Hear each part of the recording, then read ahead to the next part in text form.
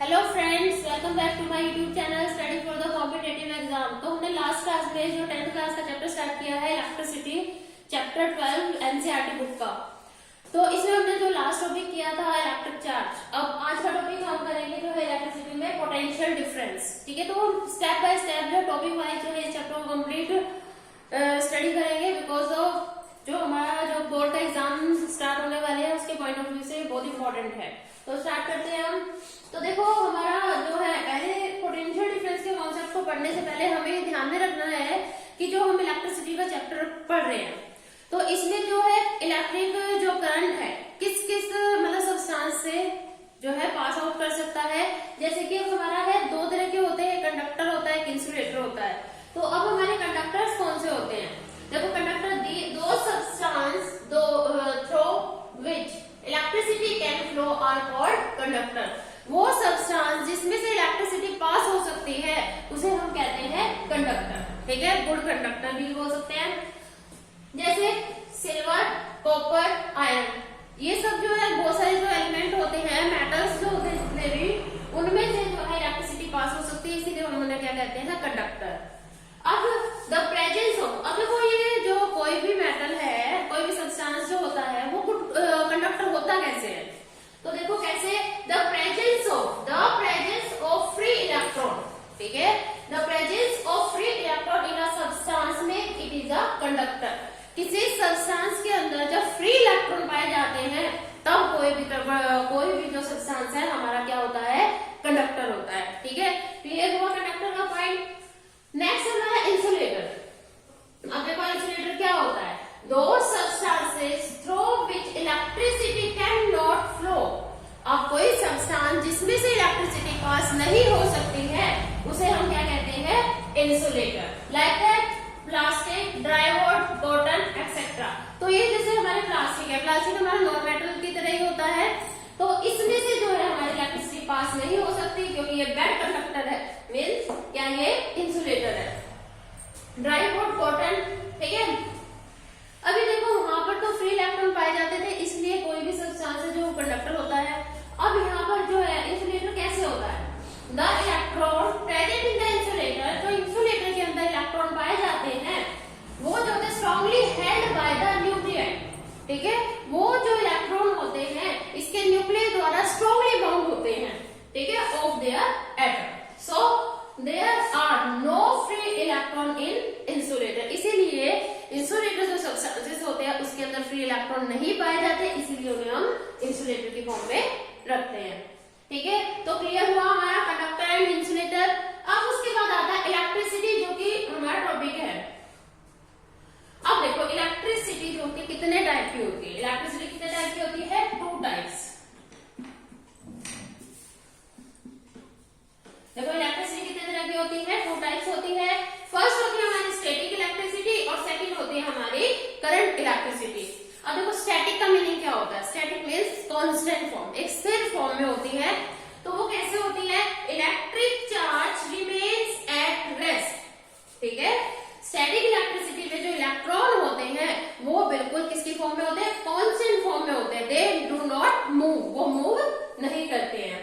तो इसी के साथ जो करंट इलेक्ट्रिसिटी है, करंट का मतलब कंटिन्यू चलने वाला।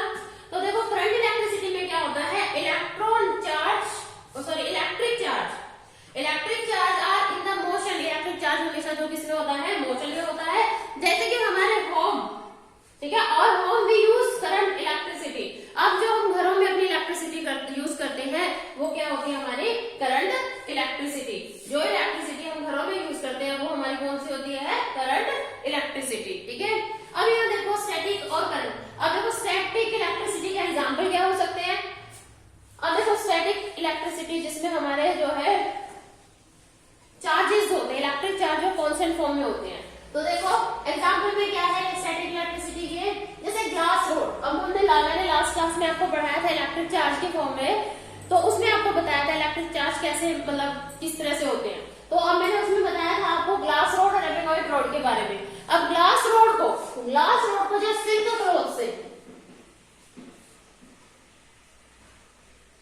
जब ग्लास रोड को सिल्क क्लॉथ से रब किया जाता है, ठीक है, हमारे इलेक्ट्रिक चार्ज क्रिएट होते हैं। एबेनॉइड से करते हैं तब भी, एबेनॉइड से करते हैं तब भी जो हमारे इलेक्ट्रॉन जो है वो इलेक्ट्रिक चार्ज है क्रिएट होता है। अब जो इलेक्ट्रिक चार्ज यहाँ पर क्रिएट होता है, ठीक है, जब यहाँ पर इलेक्ट्रिक चार्ज क्रिएट होता है तो वहां पर जो हमारे इलेक्ट्रॉन होते हैं वो कांस्टेंट फॉर्म में होते हैं, ठीक है, मींस एट रेस्ट फॉर्म में होते हैं, मूवमेंट नहीं होती है, ठीक है। अब आपने कोई एग्जांपल भी देखा होगा कि जैसे हम स्केल टाइप है, स्केल को हम रब करते हैं और पेपर जो पीसेस है हम एक तरफ रख लेते हैं। जैसे ही हमने स्केल को रब किया, रब करने के बाद जैसे ही हमने पेपर पीसेस के पास लेकर गए तो वो पेपर पीसेस जो है एकदम से मतलब एक स्टैटिक फॉर्म में उससे चिपकने की कोशिश करते हैं। तो वहां पर जो है हमारे जो इलेक्ट्रिक चार्ज होते हैं वो एट रेस्ट मोशन में होते हैं, ठीक है। अब आता है एग्जांपल ऑफ करंट इलेक्ट्रिसिटी। अब देखो यहाँ पे सॉरी इसमें स्टैटिक इलेक्ट्रिसिटी में हमारा जो रेनी सीजन में इलेक्ट्रिसिटी, आप बारिश के मौसम में जो आसमान में बिजली कड़कती है, ठीक है, आसमान में जो बिजली कड़कती है वो भी एट रेस्ट होती है और एग्जांपल होता है वो स्टैटिक इलेक्ट्रिसिटी का, ठीक है। तो नेक्स्ट है हमारा करंट इलेक्ट्रिसिटी का एग्जांपल हम लेते हैं।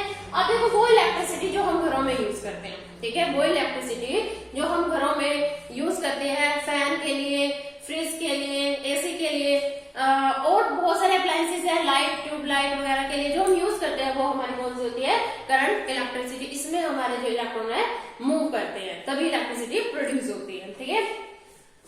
अब देखो हमारा जो अगला पॉइंट है पोटेंशियल डिफरेंस। अब देखो पोटेंशियल डिफरेंस क्या होता है। अब देखो सिंपल सी लैंग्वेज में बोले तो difference between the two end point of any substance, ठीक है।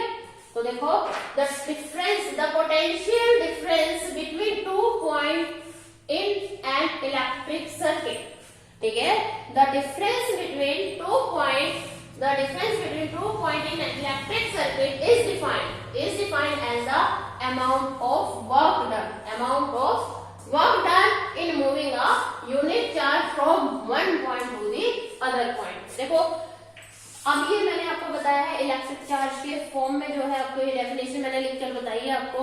अगर हम सिंपल भाषा में हम बात करें इसकी पोटेंशियल डिफरेंस की, तो difference between two end point, difference between two end point of electricity, ठीक है, the difference of electric potential difference two point is known as the potential difference, ठीक है।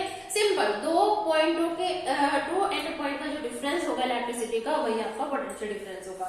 अब ये मैंने जो डेफिनेशन लिखी है आपके सामने, ये मैंने इलेक्ट्रिक चार्ज को फॉर्म वर्क डन के पॉइंट ऑफ व्यू से आपको ये डेफिनेशन लिखी है। तो the difference between the two points of in an electric circuit is defined as the amount of work done in moving a unit charge। एक unit charge में जितना वर्क डन किया जाता है टू पॉइंट्स के एंड में उसे हम क्या कहते हैं, पोटेंशियल डिफरेंस। अब देखो पोटेंशियल डिफरेंस को हम डिनोट करें अकॉर्डिंग टू स्टेटमेंट। अब देखो पोटेंशियल डिफरेंस क्या होता है, work done in unit charge, work done, अब देखो यहाँ लिखा मैंने अभी work done in moving a unit charge, ठीक है, लिखा मैंने।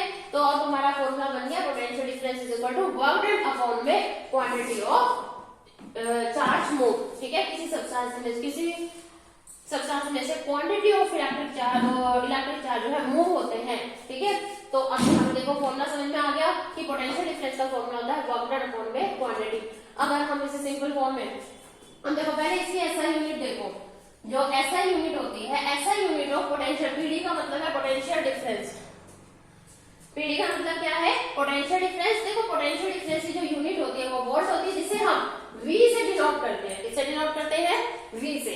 तो देखो अब यहाँ हमारा फॉर्मूला, वहां पे मैंने वर्ड फॉर्म में लिखा, अगर इसे हम सिंपल फॉर्म में लिखेंगे तो V is equal to W upon में क्या, W फॉर, अब देखो यहाँ पर W क्या है, वर्क डन, और क्या वो हमारा है इलेक्ट्रिक चार्ज, ठीक है। अब देखो अब हमने वोल्ट जो ऐसा यूनिट पोटेंशियल डिफरेंस की बड़ी वो होती है वोल्ट। अब देखो हमने वर्क डन और चार्ज को हमने यूज किया, ठीक है, वर्क डन और चार्ज को हमने यहाँ यूज किया, तो इनकी भी यूनिट हम पढ़ेंगे। तो देखो SI unit of work done is joule, क्या होती है, जूल होती है, जिसे हम जे से रिप्रेजेंट करते हैं, किससे, जे से रिप्रेजेंट करते हैं। अब देखो SI unit of electric charge, SI unit of electric charge is coulomb, क्या होती है, कूलम, जिसे हम किससे डिनोट करते हैं, सी से। सी मींस कैपिटल सी, ध्यान रखना कैपिटल सी में हमें यूनिट को किसी भी यूनिट यूनिट को हम कैपिटल लेटर्स में रिप्रेजेंट करते हैं, ठीक है। अब देखो, अब हमने पढ़ लिया ऐसा unit of work done and electric charge. अब जो हमने फॉर्मूला लिखा है यहाँ पर, volt is equal to work W upon में क्या, V फॉर वोल्ट हो गया पोटेंशियल डिफरेंस, वर्क डन की यूनिट हुई जूल और चार्ज की यूनिट हुई हमारे कूलम। तो अब हमने जो डेफिनेशन लिखी थी, in unit charge, unit charge moving unit charge जो होता है वर्क डन, तो इसकी पूरी जो अगर हम वोल्ट की यूनिट लिखे, अब उसकी जो यूनिट लिखी जाएगी वो किस फॉर्म में लिखी जाएगी, जूल पर कूलम, ठीक है। अब देखो इस फॉर्म में भी लिख सकते हैं जूल कूलम -1, ठीक है। अब आप इसे इस फॉर्म में भी जूल पर कूलम, जूल पर कूलम का मतलब है J/C, ठीक है। अब जब नीचे से कोई भी चीज हमारे ऊपर जाती है तो उसकी पावर किसमें हो जाती है, माइनस में। तो इस तरीके से लिखोगे तो भी ठीक और इस तरीके से लिखोगे तो भी ठीक, ठीक है। समझ में आया यहाँ पर कि ऐसा यूनिट और उसके फॉर्मूले से रिलेटेड अब जब हम जिस भी पॉइंट ऑफ व्यू से क्वेश्चन सॉल्व करते हैं तो उसकी यूनिट कैसे बनती है। अगला है हमारा, अब देखो जो हमारा पोटेंशियल डिफरेंस है उसको मेजर करने के लिए हमें किसी इंस्ट्रूमेंट की जरूरत पड़ती है, ठीक है। जैसे पोटेंशियल डिफरेंस है, इसको मेजर करने के लिए हमें एक इंस्ट्रूमेंट की जरूरत पड़ती है। तो वो इंस्ट्रूमेंट होता क्या है हमारा, कौन सा होता है इंस्ट्रूमेंट को पढ़ते हैं। The potential difference is measured by an instrument is called voltmeter। क्या कहते हैं उसको हम, वोल्टमीटर, ठीक है। अब देखो वोल्टमीटर, अब वोल्टमीटर है हाई रेजिस्टेंस। अब देखो वोल्टमीटर जो होता है उसके अंदर एक हाई रेजिस्टेंस होता है, ठीक है। एंशिएंट टाइम में, या फिर इसको दूसरे नेम में हम कह सकते हैं वोल्टेज, ठीक है। दूसरे फॉर्म में हम क्या कह सकते हैं इसे, वोल्टेज, ठीक है। एंशिएंट टाइम में पहले आप देखते थे फ्रिज टीवी वगैरह जब लोग वक्त चलाते थे तो उस पर एक जो है वोल्टेज रखा करते थे। क्यों, क्योंकि जब इलेक्ट्रिसिटी जरूरत से ज्यादा हो या जरूरत से कम हो तो वोल्टेज जो थी उसको मेंटेन कर लेती थी, ठीक है। तो आज के टाइम में हम जो है वोल्टेज का यूज ना करके मैनिएचर चिप का यूज करते हैं, जिसे कि एमसी कहते हैं, ठीक है। आजकल जो हम एमसी का यूज करते हैं उसकी जगह पर। तो देखो हमारा वोल्टमीटर जो है इस टाइप का होता है, ठीक है। जो हमारा वोल्टमीटर काम करता है एक सर्किट के अंदर, तो वो क्या होता है कि देखो ये ए बी पॉइंट है हमारा, ए बी जो कनेक्ट है, ये जो हमारा जिगजैग फॉर्म में मैंने लिखा है ये कंडक्टर है, क्या है, कोई कंडक्टर है हमारा जिसमें से इलेक्ट्रिसिटी पास हो रही है, ठीक है। इलेक्ट्रिसिटी पास हो रही है, देखो पॉजिटिव टू नेगेटिव, जो हमारा इलेक्ट्रॉन मूव करते हैं पॉजिटिव टू नेगेटिव करते हैं, ठीक है। तो यहाँ पर हमारा ये जो दिखाई दे रहा है आपको, ये क्या है, वोल्टमीटर है, ये हमारी इलेक्ट्रिसिटी को कंट्रोल करता है, ठीक है। जो पोटेंशियल डिफरेंस को, सॉरी, ठीक है, वोल्टेज है जो वोल्ट मतलब वोल्टेज, तो ये पोटेंशियल डिफरेंस जो होता है उसको जो है मेंटेन करके रखता है कौन सा, हमारा वोल्टमीटर।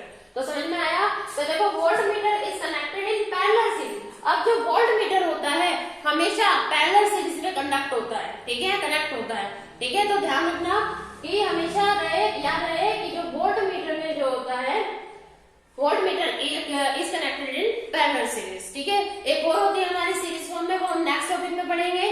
तो आज की क्लास में इतना। तो समझ में आया आपको कि कंडक्टर, इंसुलेटर और टाइप ऑफ इलेक्ट्रिसिटी और पोटेंशियल डिफरेंस का पूरा कॉन्सेप्ट, ठीक है। तो अब हम जो आने वाली क्लास में नया टॉपिक लेकर आएंगे इसी का, तो हम टॉपिक वाइज जो इस चैप्टर को पूरे अच्छे से पढ़ेंगे। तो बने रहे study for the competitive exam YouTube channel के साथ। वीडियो अच्छी लगी हो तो लाइक शेयर सब्सक्राइब करना ना भूलें और कमेंट करके हमें बताइए कि आपको वीडियो कैसी लगी। तो थैंक्स फॉर वॉचिंग वीडियो।